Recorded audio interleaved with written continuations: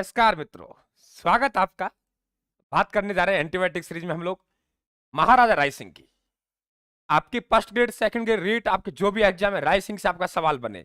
बीकानेर के राठौड़ों से कहीं सवाल आए नहीं आए, लेकिन राय सिंह से सवाल आपका आता है मित्रों। तो बिल्कुल राय सिंह को 0 से हीरो बना देंगे हम लोग यहाँ राय सिंह में आपको। कल्याणमल के 2 पुत्र, एक का नाम राय सिंह है, एक का नाम पृथ्वीराज राठौड़। जी हाँ, मैंने आपको समझाया था कि आप लोगों के जो नागौर दरबार का आयोजन हुआ 1570 में, उसमें अकबर की अधीनता स्वीकार करने वाले पहले जो बीकानेर के महाराजा हैं उनका नाम कल्याणमल है। और दोनों बेटे राय सिंह और पृथ्वीराज राठौड़ को 1570 में ही नागौर दरबार में छोड़ के आ गया कि बेटा खूब सेवा करना। आमेर के भारमल ने सेवा की उनके बेटे और पोते ने, वैसे तुम सेवा करना। मैं 2 शेर छोड़ के जा रहा हूं, एक शेर राय सिंह है, दूसरा शेर पृथ्वीराज राठौड़ है। राय सिंह राजा बनने से पहले 1572 में जोधपुर का अधिकारी नियुक्त किया गया था। राव चंद्रसेन आपके बीकानेर के हैं और वे वहां जोधपुर में आपके राव चंद्रसेन जोधपुर के हैं और नागौर में अधीनता स्वीकार नहीं करते दरबार में, तो उनके पीछे पड़ गया कौन, अकबर। तो वहां आपको नियुक्त किया। दूसरा पुत्र पृथ्वीराज राठौड़।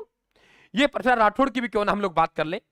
ये पृथ्वीराज राठौड़ दरबार में रहता था, कवि बना और इनका जन्म 1549 में हुआ। एक याद करने का तरीका बताता हूं। महाराणा प्रताप का आपको जन्म आता है 1540 में आता है, तो वहां 9 प्लस कर लेना है तो आपके पृथ्वीराज राठौड़ का जन्म हो जाएगा। महाराणा प्रताप की मृत्यु आपको आती है 1597 में, 2 प्लस कर देना, महाराणा प्रताप की मृत्यु के बाद इनकी मृत्यु आ जाएगी। कि जन्म के 9 साल बाद जन्म हुआ, मृत्यु के 2 साल बाद निधन हुआ, पूरे 50 साल जीवित रहा। 9 जोड़ेंगे 1549 और 2 जोड़ेंगे तो 1599। याद हो गया होगा। साहित्य पीथल के नाम से मशहूर थे क्योंकि पीथल और पाथल कन्याल सेठियन लिखा, तो पीथल इनके लिए कहा गया, पाथल महाराणा प्रताप के लिए। गागरोन दुर्ग इन्हें जागीर मिला।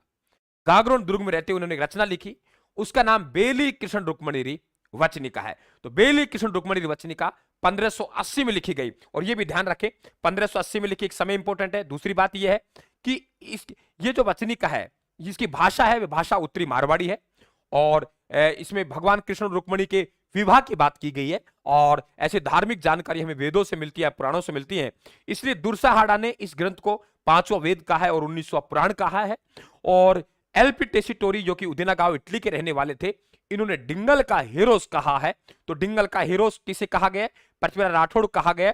और ये किसने कहा है? ये आपके डॉक्टर एलपी टेसीटोरी ने कहा है।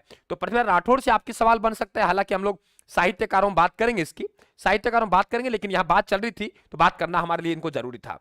अब बात करते हैं राय सिंह। राय सिंह का सामान्य परिचय देखिए कितना शानदार तरीके से जमा रखा है।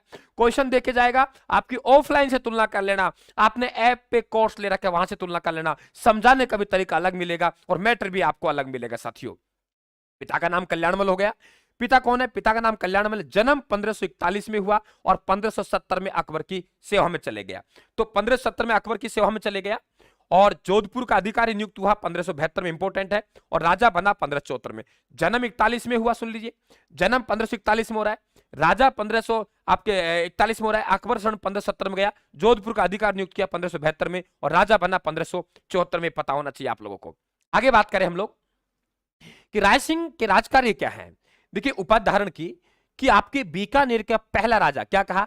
बीकानेर का पहला राजा जो अपने नाम से पहले महाराजा लगाएगा राय सिंह है, क्योंकि इन्हें महाराजा और महाराज की क्या मिली? उपाधि मिली थी। महाराजा की उपाधि देखिए आप लोग, अकबर ने प्रदान की। तो वेरी इंपॉर्टेंट क्वेश्चन, बीकानेर का पहला राजा जो अपने नाम से पहले महाराजा लगाएगा, यही लगाएगा। तो महाराजा और महाराजाधिराज की उपाधि धारण करेगा। इससे पूर्व जो बीकानेर के राजा हैं वे अपने नाम से पहले क्या लगाते थे? राव लगाते थे। जूनागढ़ दुर्ग कि जो राव बीकानेर, मैंने बताया आपको कि एक दुर्ग निर्माण का काम शुरू किया, बीकाजी की टेकरी कहलाए, उसी गढ़ के स्थान पर एक दुर्ग बनवाया, पुराने गढ़ के स्थान बना, इसी नाम इसलिए जूनागढ़ है। तो करमचंद की देखरेख में निर्माण करवाया। बीकानेर चित्रशैली की शुरुआत होती है और साहित्य में भी बहुत ट्रेंड आदमी था। आगे बात करेंगे, साहित्य में भी बड़ा ट्रेंड आदमी था मित्रों। देखिए खुद साहित्यकार था। देखिए कि आपके राय सिंह महोत्सव लिखा, बड़ा इंपॉर्टेंट रचना है। आपके बाल बोधनी लिखी, आप लोगों के ज्योतिष रत्नमाला लिखी और वैदिक वंशावली ग्रंथ लिखे।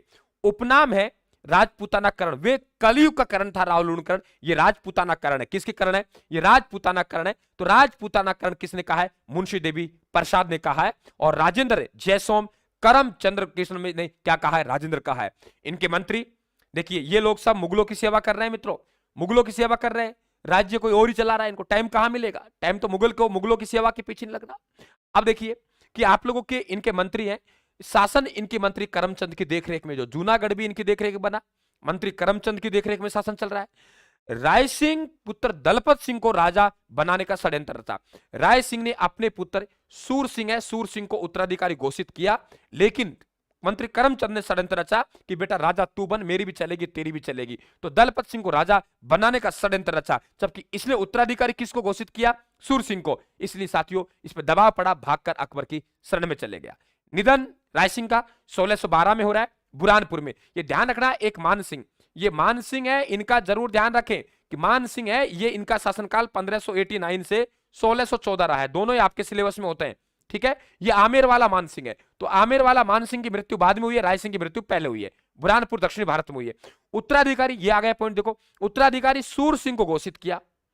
मुगल बादशाह जहांगीर ने दलपत सिंह को राजा बनाया, और जबकि राय सिंह भी किसको बनाना चाहता है? दलपत सिंह को राजा बनाना चाहता था। कौन? आपके करमचंद। और करमचंद कहां गया? मुगलों की सेवा में चले गया। तो वहां चुप थोड़ी बैठेगा, वहां चुप थोड़ी बैठेगा। तो राय सिंह ने अपना उत्तराधिकारी सूर सिंह घोषित किया, जबकि मंत्री करमचंद ने दलपत सिंह को षड्यंत्र रचा। मंत्री करमचंद की पिटाई हुई, भाग के अकबर के पास चले गया। मुगल बादशाह जहांगीर ने नहीं मानी, किसको उत्तराधिकारी बनाया? दलपत सिंह को उत्तराधिकारी बनाया। ये आप लोग ध्यान रखें।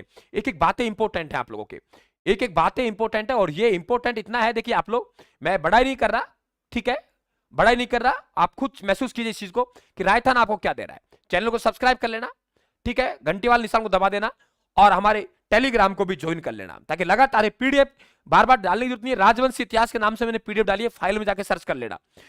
अब मुगलों से इनका राय सिंह का क्या संबंध रहा है? तो 1570 में नागौर दरबार में चले गए, अधीनता स्वीकार की। 1572 में जोधपुर का अधिकारी नियुक्त किया, पढ़ा के आया मैं। राय सिंह ने, very important question, Rai Singh ने अपनी पुत्री का विवाह सलीम से किया था, यह भी ध्यान रखें। महाराजा की उपाधि अकबर ने प्रदान की। एक काठोली का युद्ध हुआ। कौन सा? काठोली का युद्ध हुआ। तो मिर्जा बंधुओं को पराजित किया मुगलों की तरफ से। तब काम मुगलों की तरफ से कर रहा है, मिर्जा बंदियों को क्या किया? पराजित किया। अब राय सिंह और सिरोही के आधा राज्य कहानी क्या है भी सुनिए। ऐसे इन्हें मुगल साम्राज्य के स्तंभ नहीं कहते, ऐसे इन्हें मुगल साम्राज्य का स्तंभ नहीं कहते मित्रों। आपने सिरोही का आधा राज्य पढ़ा होगा कि सिरोही का आधा राज्य अकबर ने मेवाड़ के महाराणा प्रताप के सौतेले भाई जगमाल को दिया। आखिरकार अकबर के पास ये आया कहां से सिरोही का आधा राज्य? मित्रों, सिरोही के शासक देवड़ा सुल्तान था और महाराणा प्रताप का सहयोग कर रहा था।